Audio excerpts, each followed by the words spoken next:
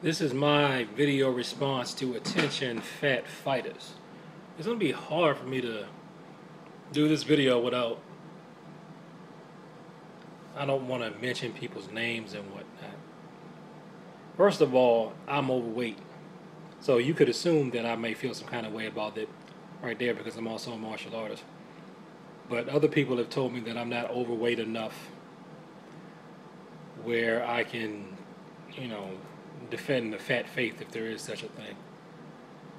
I don't know about that because my doctor is always telling me to lose more and more weight. Every time I lose a little, he tells me to lose more. So, you know. But there's a couple of points that Freddie made that I disagree with, but there are a few things I do agree with. So let me start off with what I do agree with, and I think I can do that without naming people, giving personal examples. I do like the idea of if you weigh a certain amount, you should be able to bench a certain amount. It's something I've always heard in terms of fitness. But I think the bigger you get in size, your size will give you a diminishing return on strength. It seems like it's probably easier for someone that weighs 150 pounds to be able to work out so they can bench at 300 pounds than it would be for a 300-pound person to be able to bench 600 pounds. But one, you're reaching the limits of human strength. And on another thing, just from a practical standpoint, there just aren't that many weights available in the weight room for that.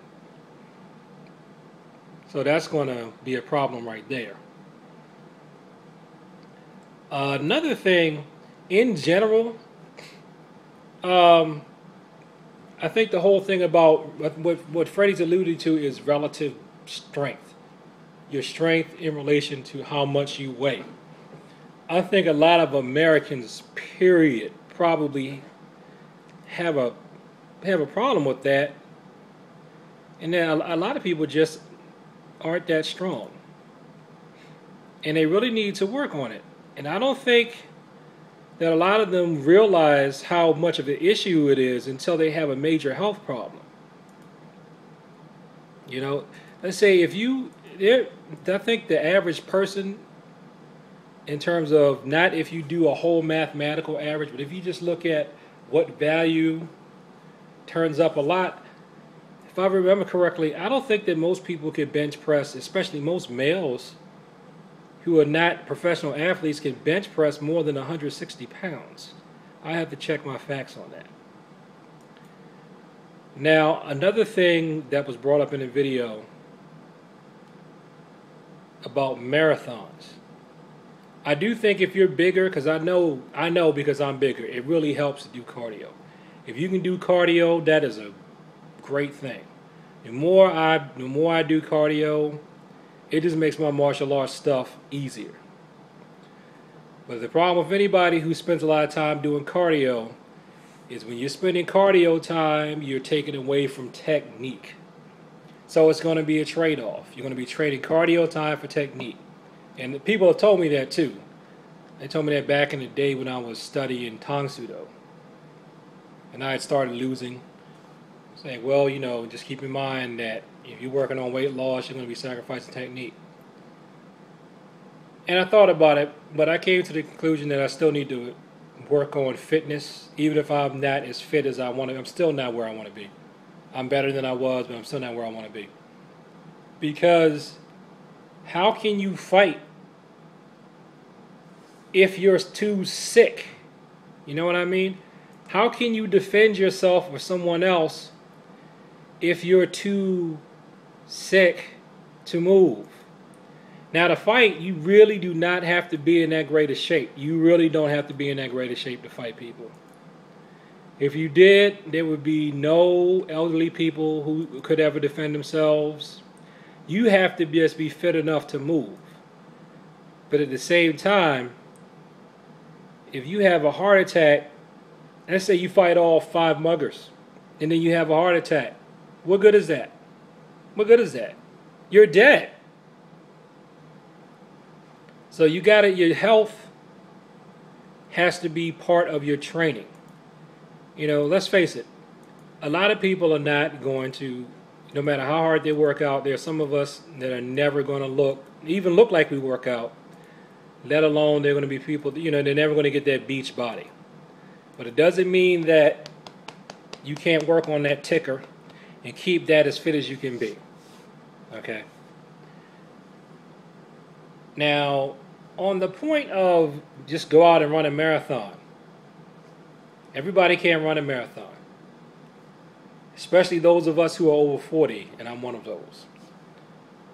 Not that people over 40 can't run marathons, but if you're going to go out and run a marathon, you really have to check with your doctor.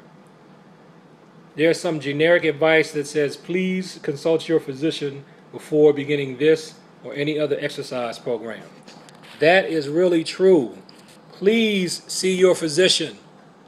Please see your physician before you undertake any exercise program. I don't care what it is. I don't care how easy you think it is or what you see other people doing. Because a lot of times, especially as we get older, and I know because I'm getting older now, you can feel great. There can be some kind of underlying health condition that gets you. Okay? And you can't go by how you look. You can't think because you're skinny and you're cut that you don't have some kind of heart disease. That's just not true.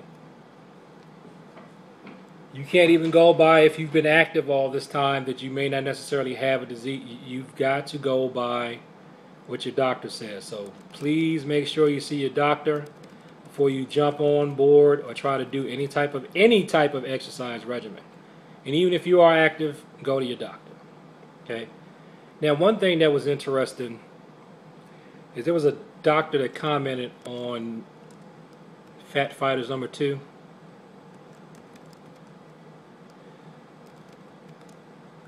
He was saying that being overweight is a symptom of other health problems, in a nutshell. And yeah, that's true.